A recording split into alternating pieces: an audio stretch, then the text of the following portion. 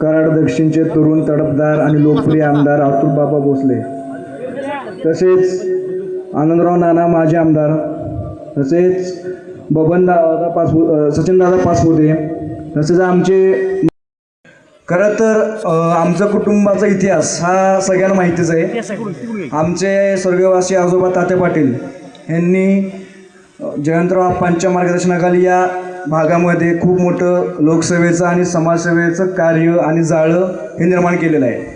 त्यानंतर आमचे चुलते सुभाषाबा आणि आमचे नाना विलास नाना, आमचे सुभाषाबा तर आदर्श सरपंच म्हणून त्यांचा गौरव झालेला आहे आणि आमच्या विलास नानांचं सुद्धा कार्य या भागामध्ये खूप अग्रेसर आहे आणि खूप चांगलं आहे. त्यानंतर आमची तिसरी पिढी म्हणजे मी आणि आमचे रणजित भैया आम्ही सुद्धा या कार्यामध्ये लोकसेवेमध्ये समाजसेवेमध्ये कार्यरत आहोत. खरं तर बाबा तुम्हाला सांगायचं आहे मला, जेव्हा लोकांना कळालं की आम्ही निघालो आहे भाजपमध्ये, तेव्हा लोकांचे मला फोन यायला लागले की दादा तुम्हीच खरंच निघालाय का, हे खरं आहे का. तर मी त्यांनी मला विचारलं की तुम्ही का निघालाय भाजपमध्ये. तर मी सांगितलं आम्ही अतुल बाबांच्या नेतृत्वावर विश्वास ठेवून आम्ही भाजपमध्ये निघालेलो आहे.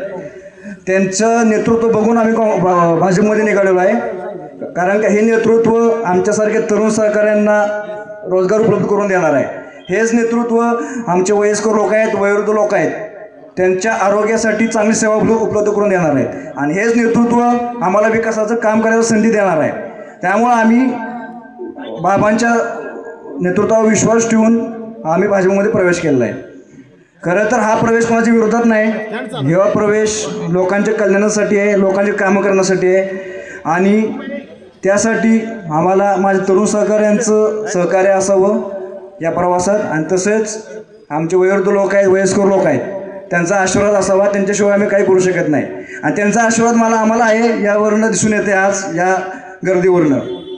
आणि दुसरं म्हणायचं की बाबा ही जी तरुण फळी दिसते तुम्हाला आत्ता, ही तरुण फळी, हे तरुण माझे सहकारी, हे सगळे या निवडणुकीत इथून पुढं तुमच्या मागे 100% असणार, ताकदीनं लढणार. याचे गावी मी आत्ता देतो. आणि आत्ता ज्या आपल्या निवडणूक होत आहेत जिल्हा परिषद आणि पंचायत समितीच्या, या निवडणुकीत आम्ही ताकदीनं लढणार, एवढं तुम्हाला काय देतो. आणि निवडून आणणार आम्ही या उमेदवारांना. एवढं बोलून माझे 2 शब्द थांबवतो. धन्यवाद. आम्ही जी खरं तर स्वर्गीय तात्या पाटलांच्या जनमानसांचा विकासाची परंपरा आज तिसरी पिढी आपल्या रूपानं जपत आले, आपण प्रास्ताविक केलं. धन्यवाद. यानंतर अतिथी त्या घराघात होतं दिवाळी दसरा आदरणीय आमदार साहेबांचा सत्कार या ठिकाणी संपन्न होतोय.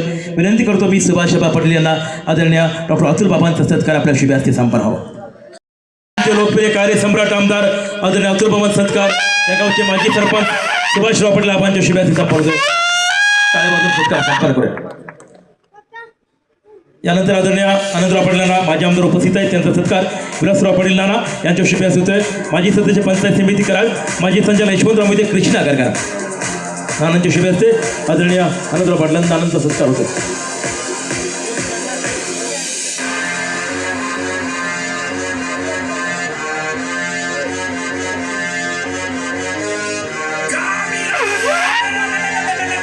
मनपूर्वक स्वागत. टाळ्याचे गजरात तानाने सत्कार संपन्न करूया.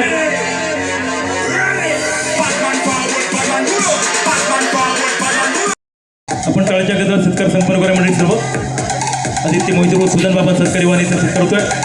तसेच त्यानंतर मलकापूर नगरीचे नवनिर्वाचित लोकनियुक्त नगराध्यक्ष माने तेजस्वी सोनवणे उपस्थित सत्कार रणजित पाटील करते. रणजित पाटील सत्कार करतायत सोनाली साहेबांचा.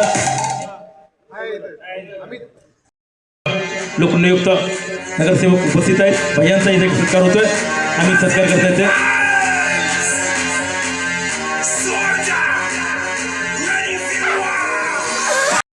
बसतील यांची हयातभर साथ दिली.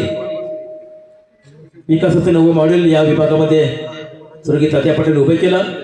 त्या विचाराचा बसानी वारसा खऱ्या अर्थानं आज त्यांचे तिसऱ्या पिढीपर्यंत समृद्धपणे जपण्याचं काम करतायत. त्या सर्व कुटुंबाचा आज राष्ट्रीय काँग्रेसमधून सुभाष पाटील आबा स्वागत आहे बाबा. त्यानंतर विलासराव पाटील नाना, माजी संचालक यशवंतराव मोहिते, कृष्णा कारखाना तथा माजी सदस्य पंचायत समिती कराड नाना, आपलं हार्दिक स्वागत होत आहे भारतीय जनता पार्टीमध्ये. त्यानंतर युवा नेते रणजित पाटील यांचाही भारतीय जनता पार्टी प्रवेश होत आहे. युवा नेते रणजित पाटील टाळ्या वाजवूया आपण सर्व दिग्गजांची मांडळी. तात्या पाटलांची समृद्धी विचाराचा वसानी वारसा आज भारतीय जनता पार्टी प्रवेश करतोय. युवा नेते माननीय अमित पाटील यांचंही स्वागत होत आहे. त्यानंतर राष्ट्रीय काँग्रेसचे विद्यार्थी आघाडीचे महाराष्ट्र प्रदेश सरचिटणीस आज भाजपमध्ये प्रवेश करतात. आपले स्वागत आहे. विंगमधून वर्षाचा दादासो भोगले अपक्ष उमेदवार होत्या, माघार घेतले आणि जाहीर पाठीमध्ये त्यांचा सत्कार होतोय. वर्षाचा दादासाहेब भोगले वरती या. मी नामोल्लेख केलं का आपण प्रक्षेपणासाठी वरती जायचं आपल्याला होतोय. त्याचं सौ प्रमिला धनाजी पाटील विद्यमान सरपंच पोचले यांचा प्रवेश होतोय. आपण वरती चला. त्यानंतर दिलीप सर्वच पोचलेकर मंडळी, आजी माजी सरपंच रामचंद्र धनाजी पाटील माजी सरपंच आणि प्रेमीला धनाजी पाटील प्रवेश करतायत. मनपूर्वक स्वागत आहे. दिलीप शामराव जाधव आपले पक्ष प्रवेश होत आहे. आता अनेक गावचे ग्रामस्थ प्रवेश करतात. दादासाहेब पाटील सदस्य ग्रामपंचायत ठाणे, रवींद्र देसाई, सुनील देसाई, संजय पाटील, जयदीप पाटील. चला पटपट चला, आपल्याला विनंती आहे. आपण सर्वच मान्यवर आहेत. चला आपण दादासाहेब पाटील सदस्य ग्रामपंचायत ठाणे जोरदार टाळ्या वाजवू यांच्यासाठी. शिंदेवाडी ग्रामस्थ प्रवेश करतायत. धनाजी रामचंद्र शिंदे, बाबूराव पांडुरंग शिंदे, शिवाजी अण्णा शिंदे, अनिल शिवाजी जाधव आपलाही पक्ष प्रवेश होतोय. गोपाळ वस्ती चला, आपणही चला.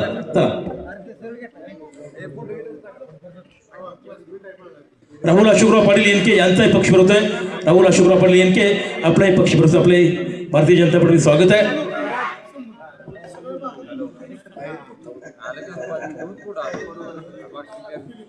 त्याला सर्वच आपण मान्यवर बाबांच्या नेतृत्व विश्वास जीवनात भारतीय जनता पार्टीमध्ये प्रवेश करताय. आपलं सर्वांचं स्वागत आहे.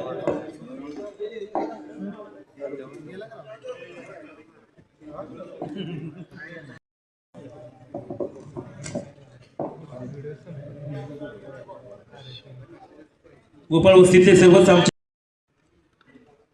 कृष्णा सहकारी कारखान्याच्या निवडणुकीपासून प्रयत्न करत होतो.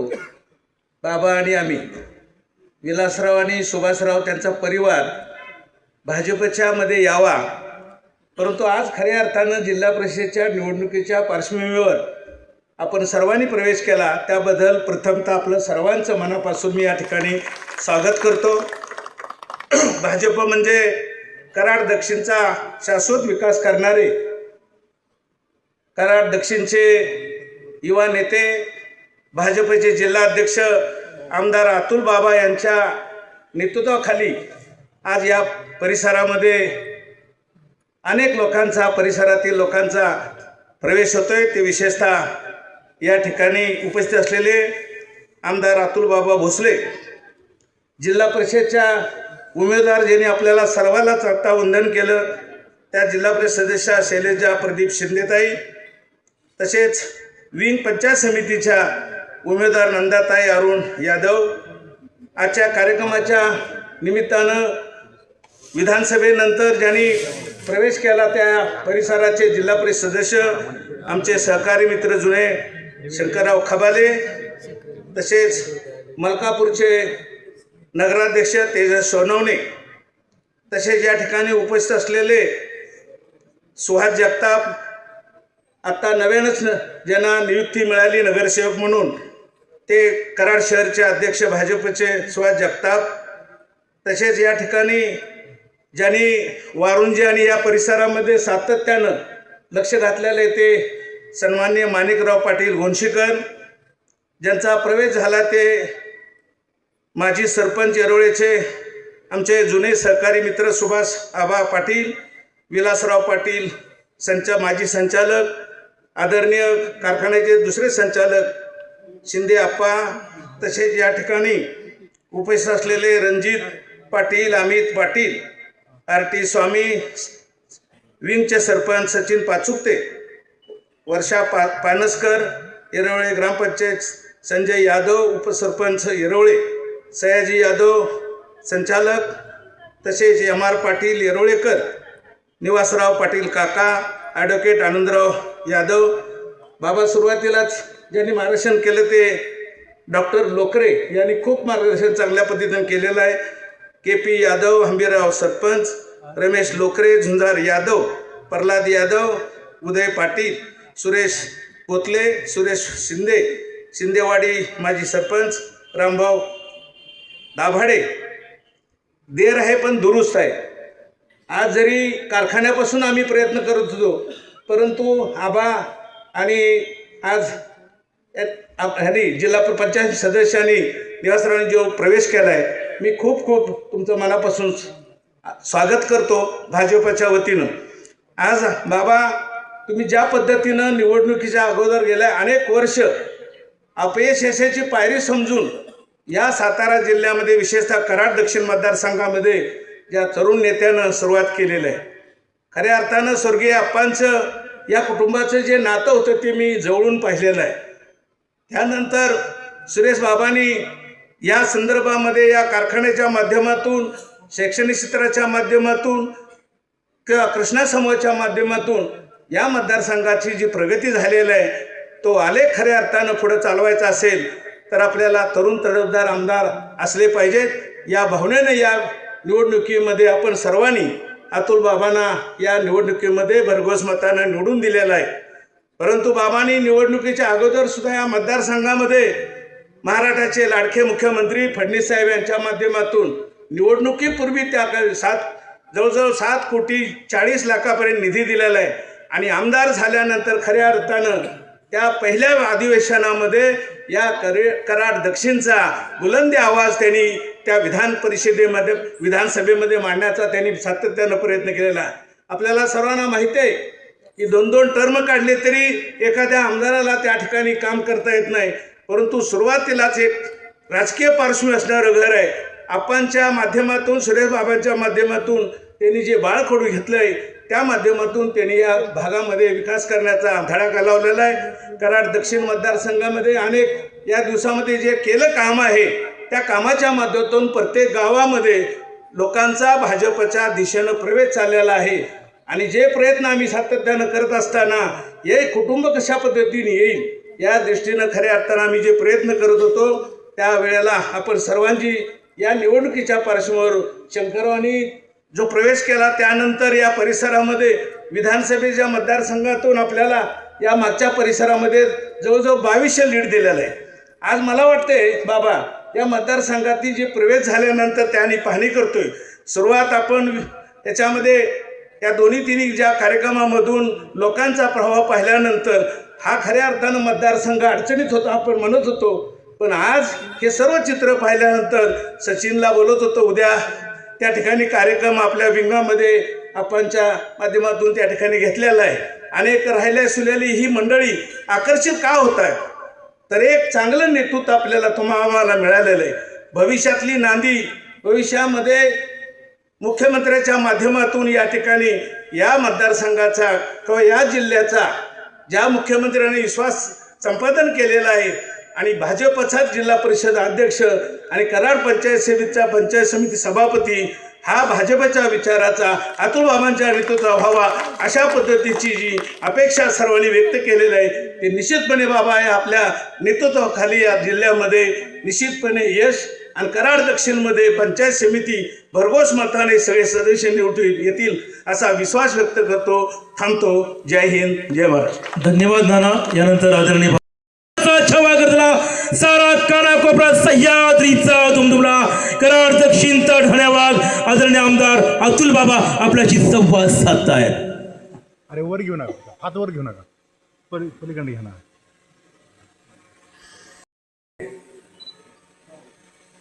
आयोजित पक्षप्रवेश कार्यक्रमाच्या निमित्तानं उपस्थित असणाऱ्या जिल्हा परिषदेच्या भारतीय जनता पार्टीच्या अधिकृत उमेदवार आदरणीय शैलजाताई शिंदे, पंचायत समितीच्या भारतीय जनता पार्टीच्या अधिकृत उमेदवार नंदाताई अरुण यादव, दुसऱ्या कोळे पंचायत समितीचे भारतीय जनता पार्टीचे अधिकृत उमेदवार अर्जुन काका कराळे, आत्ता ज्यांनी मार्गदर्शन केलं ते आमचे नेते विधान परिषदेचे माजी आमदार आदरणीय आनंदरावजी नाना, कार्यक्रमाला उपस्थित आदरणीय वर्षाताई पानसकर, संजयजी यादव, सयाजीराव यादव, नंदाताई यादव, कार्यक्रमाला उपस्थित असणारे आदरणीय विलास नाना, एम आर पाटील साहेब, सुभाषराव पाटील साहेब, निवास काका पाटील, युवा नेते आदरणीय सुदन बाबा, आदरणीय युवा नेते अमितजी पाटील, रणजितजी पाटील, हर्षवर्धन पाटील, अरुणजी यादव, आनंदरावजी यादव, आदरणीय डॉक्टर लोखरे साहेब, आदरणीय कार्यक्रमाला उपस्थित विलासराव यादव, आदरणीय के पी यादव, रमेशराव लोखरे, प्रल्हाद यादव, सुनील यादव, बाजीराव यादव, सचिनदादा पाचुकते, कार्यक्रमाला उपस्थित मलकापूरचे लोकनियुक्त नगराध्यक्ष आदरणीय तेजसदादा, आदरणीय विकासजी माने, आदरणीय पोतल्याचे आमचे उदयदादा पाटील, आदरणीय सुरेशजी शिंदेसाहेब, दादासाहेब भोगले, आदरणीय प्रतापदादा पवार, सागरजी घारे, अशोक वगैरे, धनाजीराव पाटील, मोठ्या संख्येनं उपस्थित असणाऱ्या माझ्या माता भगिनी आणि तरुण मित्रांनो, आज अत्यंत महत्त्वाच्या पक्षप्रवेश सोहळ्याच्या निमित्तानं आपण सगळेजण येरोळ्यामध्ये उपस्थित झालेलो आहे. आज या कार्यक्रमाला अनन्यसाधारण असं महत्त्व आहे. ज्या कुटुंबाची खूप मोठी राजकीय पार्श्वभूमी आहे अशा कुटुंबाचा भारतीय जनता पार्टीच्या प्रवाहामध्ये येण्याचा निर्णय, भारतीय जनता पार्टीमध्ये प्रवेश करण्याच्या बाबतीमध्ये उचललेलं त्यांचं हे पाऊल हे निश्चितच आपल्या परिसरामध्ये राजकारणाची एक वेगळी दिशा ठरवण्याच्या बाबतीमध्ये महत्त्वाचं होणार आहे. या कुटुंबाला खूप मोठी पार्श्वभूमी आहे. अनेक पिढ्या समाजसेवा करण्याचा इतिहास या कुटुंबाचा आहे. आदरणीय कैलासवासी तात्यासाहेब पाटलांनी खूप मोठं समाज उभं करण्याचं काम त्यांच्या कारकिर्दीमध्ये केलं आणि सलग 18 वर्ष कृष्णा सहकारी साखर कारखान्याचे संचालक म्हणून आपली जबाबदारी योग्यरित्या पार पाडली. स्वर्गीय यशवंतराव मोहिते साहेबांना विधानसभेमध्ये पोहोचवण्याचं काम करणाऱ्या प्रमुख शिलेदारांपैकी एक आदरणीय तात्यासाहेब होते. स्वर्गीय आप्पांबरोबर त्यांनी अनेक वर्ष कारखान्याच्या संचालक मंडळामध्ये काम केलं आणि माझ्या जीवनामधलं मी परम भाग्य समजतो की तात्यांबरोबर अनेक वेळेला घरी बसून चर्चा करण्याचा योग हा माझ्यावर आला. अनेक गोष्टी तात्यांनी मला शिकवल्या, अनेक आठवणी तात्या मला सांगायचे आणि तात्यांचं एक हरहुन्नरी व्यक्तिमत्व होतं. गावामध्ये कुठलीही सत्ता असली, कुठलाही राजकीय विचार असला तरी देखील हक्कानी अधिकाराने लोक आदरणीय तात्यासाहेबांजवळ जायचे आणि त्यामुळे एक वेगळ्या प्रकारचं व्यक्तिमत्व या संबंध परिसराला तात्यांच्या रूपाने बघायला मिळालं. तात्यांच्या पावलावर पाऊल ठेवून आदरणीय विलास नानांनी कृष्णा सहकारी साखर कारखान्यामध्ये संचालक पदाची धुरा सांभाळली. त्याचबरोबर पंचायत समितीमध्ये देखील त्यांना काम करायची संधी मिळाली. सातत्यानं या परिसरामधल्या सगळ्या विभागाशी संबंध ठेवून लोकांच्या अडीअडचणी सोडवण्याचं काम विलास नानांच्या माध्यमातून झालं. सगळ्यांना चालणारा माणूस म्हणून एक स्वतःचं व्यक्तिमत्व हे आदरणीय विलास नानांनी निर्माण केलं. आणि भोसले मोहिते कुटुंब एकत्र व्हावं, भोसले मोहिते कुटुंबामध्ये क्लेश कमी व्हावा, एकत्र राहायचा तुम्ही प्रयत्न करा. हे सातत्यानं मनापासून वाटणारे काही जे ठराविक लोक होते, त्या ठराविक लोकांपैकी आदरणीय विलास नाना होते की सातत्यानं घर एक व्हावं ही इच्छा व्यक्त करून दाखवणारं व्यक्तिमत्व म्हणून आदरणीय विलास नानांकडे मी पाहतो. आमच्या सुभाषाबांनी अत्यंत चांगलं काम ग्रामपंचायतीमध्ये केलं, आदर्श सरपंच म्हणून काम केलं. जे मनामध्ये आहे ते मुखातून बोलणारा माणूस म्हणून, परखड व्यक्तिमत्व म्हणून आदरणीय सुभाषाबांकडे पाहण्याचा दृष्टिकोन माणिकदादा आहे. आणि त्यामुळं रोखठोक व्यक्तिमत्व म्हणून सुभाषाबांचं व्यक्तिमत्व या सगळ्या परिसरामध्ये ओळखलं जातं. आणि त्याचबरोबर एखादी गोष्ट खरी असेल तर ती खरी गोष्ट बोलायला न डगमगणारं व्यक्तिमत्व म्हणून देखील आमच्या आदरणीय सुभाषाबांकडे पाहिलं जातं. निश्चित स्वरूपी सुभाषाबांच्या माध्यमातून आणखीन बऱ्याचशा गोष्टी या गावच्यासाठी परिसरासाठी होणं गरजेचं आहे. आणि त्यामुळे येणाऱ्या काळामध्ये आपण गावच्या विकासासाठी असेल, परिसराच्या विकासासाठी असेल, ज्या काही सूचना आपण आम्हाला कराल त्या सूचना पूर्ण करण्याच्या बाबतीमध्ये आम्ही निश्चित स्वरूपी प्रयत्नशील राहू. आदरणीय M.R. पाटील साहेब हे ह्या कुटुंबाचं आधारस्तंभ आहे. M.R. पाटील साहेब हे खूप मोठे उद्योजक आहे. पुण्यामध्ये त्यांनी त्यांचं नाव केलेलं आहे. अनेक इंटिरियरचे कामं असतील, काही मोठ्या इमारतींचे कामं असतील, ते स्वतःच्या हिमतीवर स्वतःच्या कर्तृत्वावर करणारे व्यक्तिमत्व म्हणजे आदरणीय M.R. पाटील साहेब.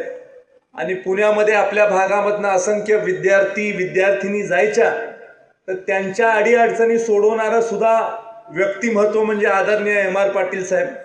सातत्यानं स्वर्गीय कैलासवासी पतंगराव कदम साहेबांबरोबर काम करणारा माणूस म्हणून M.R. पाटील साहेबांनी स्वतःचं नावलौकिक कमवलं.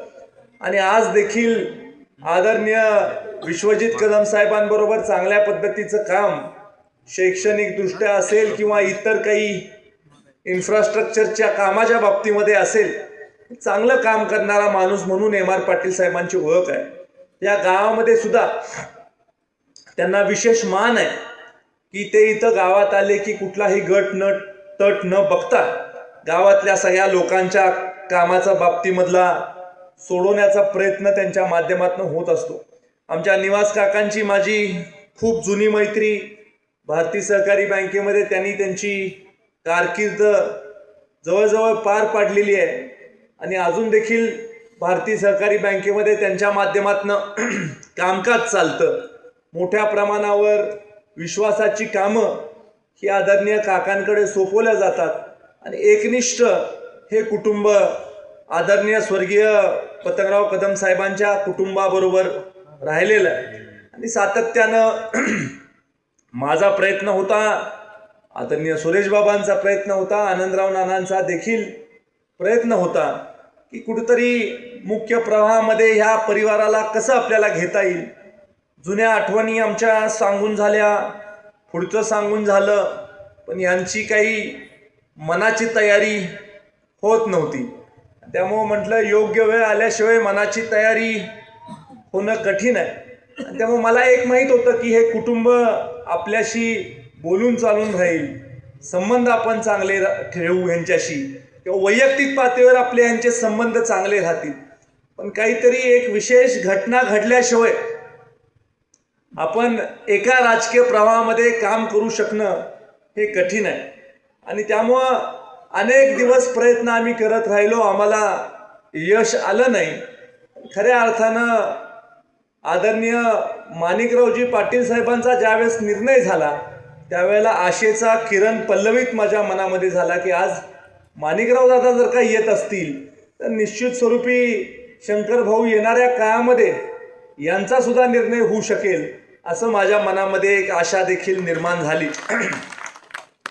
आदरणीय माणिक दादांनी देखील मोठा प्रयत्न केला आणि शेवटी मग मी सुद्धा यांना समजून सांगितलं की बाबा सगळे लोक समजुतीचं राजकारण करत असतात, तुम्हाला तिकडं जाऊन काय करायचं ते करा, आम्ही कधी तुम्हाला विचारायला आलोय. इकडं कराड तालुक्यात आलं की कमळ तेवढा हातात घ्या, मग आम्ही पलीकडे गेल्यावर काय करताय, अलीकडं काय करताय, आमचं म्हणणंच नाही काय, आम्ही समजून सावरू नये. त्यामुळं मग बरंच समजवल्यानंतर शेवटी हा निर्णय झाला. खरं त्या कुटुंबाबरोबर एक होताना किंवा एकत्र काम करताना मला काहीच वेगळं वाटत नाही, कारण मुळात आमच्या विचार संस्कृतीमध्ये वाढलेलं हे कुटुंब आहे. कृष्णा परिवाराच्या अनेक संस्था निर्माण करताना या कुटुंबाने देखील योगदान दिलेलं आहे आणि त्यांच्या पूर्वजांपासून त्यांच्या परिवाराशी आमचे कौटुंबिक संबंध राहिलेले आहेत. त्यामुळे असं काही अगदी जगावेगळं झालं असं नाही, फक्त वैचारिक आपल्याला कुठतरी एका योग्य विचारावर येणं गरजेचं होतं. त्या योग्य विचारावर आज आपण ह्या कार्यक्रमाच्या निमित्तानं आलेलो आहे आणि निश्चित स्वरूपी ह्या समारंभाचा एक चांगला संदेश या सगळ्या परिसरामध्ये जाईल. आजच्या निवडणुकीवर देखील याचा निश्चित स्वरूपी परिणाम होईल आणि मला खात्रीनं वाटतं की आता विंग जिल्हा परिषद गटामध्ये 100% भारतीय जनता पार्टीच्याच जिल्हा परिषद सदस्य निवडून येतील आणि पंचायत समितीचे देखील दोन्ही सदस्य आपले निवडून यायला काही अडचण येणार नाही अशी खात्री देखील या कार्यक्रमाच्या निमित्तानं मी व्यक्त करू इच्छितो. आज आपण विधानसभेमध्ये तुम्ही मला संधी दिल्यानंतर मोठ्या प्रमाणावर विकास कामं या सगळ्या मतदारसंघामध्ये करायचा मी प्रयत्न केलेला आहे. आपल्या येरोळे गावामध्ये सुद्धा मागेल तेवढा निधी देण्याच्या बाबतीमध्ये मी कायमच प्रयत्नशील राहिलेलो आहे. आपल्या मुख्य रस्त्यावर देखील आपण सार्वजनिक बांधकाम खात्याच्या माध्यमातून पैसे उपलब्ध केलेले आहेत. आता नवीन गावापासून जुनं गाव जोडण्याचं आपलं जे स्वप्न आहे ते सुद्धा निम्म पूर्ण झालंय, कारण अर्धा रस्ता पूर्ण झालाय आणि अर्धा रस्ता आता आपल्याला पूर्ण करायचा आहे. मी आजच तुम्हाला शब्द देतो की येणाऱ्या काळामध्ये अर्थसंकल्पीय अधिवेशनाच्या निमित्तानं ज्या वेळेला मी परत एकदा मुंबईला जाईन त्यावेळेला निश्चित स्वरूपी राहिलेला जो निम्मा रस्ता आहे तो सुद्धा येणाऱ्या काळामध्ये आम्ही 100% तुमचा पूर्ण करून देऊ. आणि त्यामुळं प्रमुख जिल्हा मार्ग किंवा राज्यमार्ग 55 जो ढेबेवाडीला जातो त्या राज्यमार्ग 55 पासून येरोळे गावाच्या शेवटच्या घरापर्यंत किंवा रस्ता जिथपर्यंत आहे तिथपर्यंत आपण सार्वजनिक बांधकाम खात्याच्या माध्यमातून गावचा रस्ता हा पूर्ण करून टाकू, हे देखील मी तुम्हाला या कार्यक्रमाच्या निमित्तानं सांगतो. त्याचबरोबर इतर विकास कामं सुद्धा मोठ्या प्रमाणावर आपण येरोळ्यामध्ये दिलेली आहेत. त्याच्यामध्ये आपण गावामधल्या अंतर्गत रस्त्याच्या सुधारणेसाठी 25-15 मधून 10 लाख रुपयाचा निधी दिलेला आहे. मनरेगा योजनेच्या अंतर्गत रोजगार हमी खात्याच्या माध्यमातून गावातल्या अंतर्गत सिमेंट रस्त्यासाठी पेवर ब्लॉकसाठी पैसे दिलेले आहेत. मातोश्री पानंद रस्ता दुरुस्ती योजनेमधनं विंग येरोळे शिव पानंद रस्त्यासाठी आपण पैसे उपलब्ध करून दिलेले आहेत. RCC गटरसाठी आपण मध्यंतरी 10 लाख रुपये मागितले, ते पैसे आपण उपलब्ध करून दिलेले आहेत. येरोळे ते कोयना वांग संगम पानंद रस्त्याच्या सुधारणेसाठी आपण पैसे उपलब्ध करून दिलेले आहेत.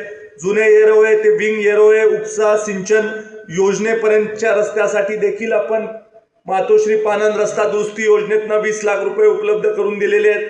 स्मशानभूमीसाठी मध्यंतरी आपण पैसे मागितले, ते पैसे जिल्हा वार्षिक योजनेमधून किंवा DPDC मधून 10 लाख रुपयाचा निधी आपण उपलब्ध करून दिलेला आहे. त्याचबरोबर ज्योतिबा मंदिर परिसरात पेवर ब्लॉक बसवण्यासाठी आमदार फंडातून 9 लाख रुपयाचा निधी उपलब्ध करून दिलेला आहे आणि स्मशानभूमीचं कंपाऊंड करण्यासाठी देखील 10 लाख रुपयाचा निधी उपलब्ध करून दिलेला आहे. सगळ्यात महत्त्वाचं म्हणजे आपल्या गावामध्ये जो 30-54 मधनं आपण रस्ता उपलब्ध करून दिलेला आहे त्या रस्त्यासाठी 1.5 कोटी रुपये आपण उपलब्ध करून दिलेले आहे आणि जो रस्ता राहतोय तो रस्ता सुद्धा आपण येणाऱ्या काळामध्ये निश्चित स्वरूपी पूर्ण करणार आहोत. पिण्याच्या पाण्याच्या योजनेसाठी आपण 2 कोटी रुपये हे राज्य आणि केंद्र सरकारच्या संयुक्त विद्यमाने उपलब्ध करून दिलेले आहेत. आणि परवाच मी गावात आलेलो असताना मला आपण अशी तक्रार केली की कॉन्ट्रॅक्टर ज्या गतीनं काम करायला पाहिजे त्या गतीनं काम करत नाही. त्यामुळे त्याला देखील सक्त सूचना कॉन्ट्रॅक्टरला आपण दिलेल्या आहेत की लवकरात लवकर हे काम तुम्ही पूर्ण करा. मुळातच कराड दक्षिण विधानसभा मतदारसंघामध्ये 92 नळ पाणी पुरवठा योजनांना मान्यता ही महायुती सरकारच्या कालावधीमध्ये गुलाबराव पाटील साहेबांच्या मंत्रालयाच्या माध्यमातून देण्यात आली. आणि या 92 योजनेमध्ये अनेक अशा योजना आहेत ज्याचं काम जितकं पूर्ण व्हायला पाहिजे तितकं पूर्ण झालेलं नाही. आणि त्यामुळे या सगळ्या योजनांच्या आढाव्याची बैठक ही निश्चित जिल्हा परिषदेच्या पंचायत समितीच्या निवडणुका संपल्यानंतर आपण आढाव्याची बैठक लावणार आहोत. आणि त्या आढावा बैठकीनिमित्त निश्चित गावातल्या काही प्रमुख लोकांना मी निमंत्रित करीन आणि कॉन्ट्रॅक्टर कडून सुद्धा आपण टाइम बाउंड किती दिवसामध्ये तुम्ही काम पूर्ण करून देणार याची हमी देखील येणाऱ्या काळामध्ये निश्चित स्वरूपी आपण पूर्ण करण्याचा किंवा त्याच्याकडून हमी घेण्याच्या बाबतीमधलं काम देखील करणार आहोत. आपल्या या परिसरामध्ये अनेक दिवसापासून आपला प्रयत्न होता की एखादी संस्था ह्या आपल्या परिसरामध्ये निर्माण झाली पाहिजे. आणि त्यामुळं आपण कोळ्याच्या माळावर आपल्या गणपती मंदिराच्या समोर एक फाउंड्रीची निर्मिती करण्याचं स्वप्न पाहिलं होतं. फाउंड्रीचं बांधकाम पूर्ण झालं, मशिनरी देखील आपण बसून पूर्ण झाली. पण अनेक दिवसापासून फाउंड्रीमधनं निर्माण होणारा माल कोणाला विकायचा हा प्रश्न आपल्या समोर होता. आता 2 मोठ्या कंपन्यांबरोबर आपली चर्चा पूर्ण झालेली आहे आणि त्यामुळे येणाऱ्या 2 महिन्यामध्ये फाउंड्री प्रत्यक्ष आपण कार्यान्वित करणार आहोत. आणि फाउंड्री कार्यान्वित झाल्यानंतर साधारण 200 तरुणांच्या हाताला काम या परिसरामध्ये मिळणार आहे. त्याचा देखील फायदा आपल्याला भविष्य काळामध्ये घ्यायचा. येणाऱ्या काळामध्ये आपण कृष्णा विश्वविद्यापीठाच्या माध्यमातून शिरवळला आपली शाखा क्रमांक 2 निर्माण करत आहोत. मोठ्या प्रमाणावर तरुणांच्या हाताला काम या मेडिकल कॉलेजच्या कॅम्पसमधनं मिळणार आहे.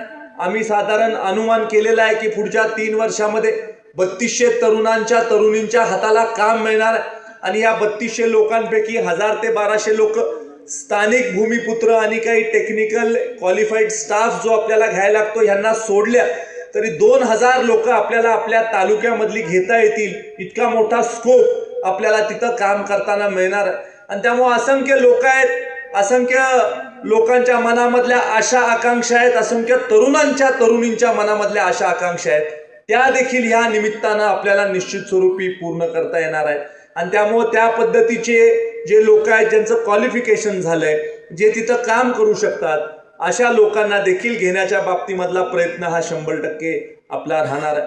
मी एकच गोष्टीच्या बाबतीमध्ये तिथं जबाबदारीनं काम करतोय की मी तिथं थोडीशी जागा बघून एखादी आपल्या तालुक्यातल्या लोकांसाठी राहायला कॉलनी कशी करता येईल, इमारत कशी करता येईल याच्यासाठी मी प्रयत्नशील आहे. कारण स्वामी साहेब असं व्हायचं की हे सगळे तिथं जाऊन आपण लावायचो आणि मतालाच आली नाही म्हणजे काय करायचं परत. त्यामुळं आता मी तो पण विचार करतोय की बाकी सगळं त्यांचं तिथं करून द्यायचं पण मत मात्र मतदारसंघातच ठेवायचं आणि मताला मात्र परत सगळी आणायची, अशा दृष्टीनं आम्ही प्लॅनिंग करतोय. नाहीतर मग सगळं आपण करायचो आणि हे मतदान करायचे वाई तालुक्यात जाऊन, ते असं कसं काय चालेल. आणि त्यामुळे कुठंही कृष्णा परिवाराची शाखा झाली तर एकच पहिली कंडिशन आहे की मत मात्र दक्षिणेतून करायचं. चला आता विनोदाचा भाग आपण सोडूया. पण ज्या पद्धतीनं आपल्या इतर संस्था सुद्धा आपण वाढवतोय, आर्थिक परिवाराच्या संस्था वाढवतोय. आता पाटण अर्बन बँक देखील आपण आता त्याचं कामकाज पाहायला सुरुवात केलेली आहे. आणि ती कामकाज पाहायला सुरुवात करत असताना आपल्या भागातल्या लोकांचा कुठेतरी फायदा व्हावा हा दृष्टिकोन देखील सातत्यानं आपण ठेवलेला आहे. आपल्याला माहित आहे की केंद्रामध्ये आदरणीय मोदीजींचं सरकार आहे. 2014 साली भारतीय जनता पार्टीचं सरकार आलं त्यावेळेला आमचे निवास काकाच मला कधी कधी खाजगीत सांगायचे की ही एकच वेळ. आणि त्यानंतर 5 वर्ष मोदीजींच्या सरकारने काम केलं आणि 19ला पण परत मोदीजींचं सरकार आलं. त्यावेळेला काकांचा टोन बदलला. काका म्हटले आता आहे आलंय पण आता ह्याच्या पुढं नाही, शेवटचं. मग परत 24 साली सरकार आल्यावर काकाच आमच्याकडे आले. अशा पद्धतीचं काम झालेलं आहे. आणि त्यामुळे खऱ्या अर्थानं सातत्यानं सरकार देशात केव्हा येतं तर ज्या वेळेला सरकार सर्वसामान्य माणसाचा विचार करतं त्यावेळेला सरकार परत परत देशामध्ये. मला आपण सांगा की ग्रामपंचायतीला सरकार आपलं रिपीट करायचं असलं, आपलं ग्रामपंचायत सदस्य म्हणून किंवा सरपंच पद रिपीट करायचं असेल तर किती कठीण आहे. परत एकदा आपली ग्रामपंचायतीला बॉडी रिपीट करायचं किती कठीण आहे तुम्हाला माहिती आहे. लोक अपेक्षा इतक्या मोठ्या प्रमाणावर करतात, अपेक्षा पूर्ण नाही झाल्या किंवा भ्रमनिराश झाला अपेक्षेपासून की लगेच लोक बदल करतात. मग एवढ्या मोठ्या देशामध्ये 140 कोटी लोकांच्या देशामध्ये 3दा सरकार येत असेल आणि तिसऱ्यांदा शपथ घ्यायच्या आधी आपले पंतप्रधान म्हणत असतील की 4थ्यांदा सुद्धा मीच लढणार आहे, तर किती मोठा विश्वास त्यांचा असेल.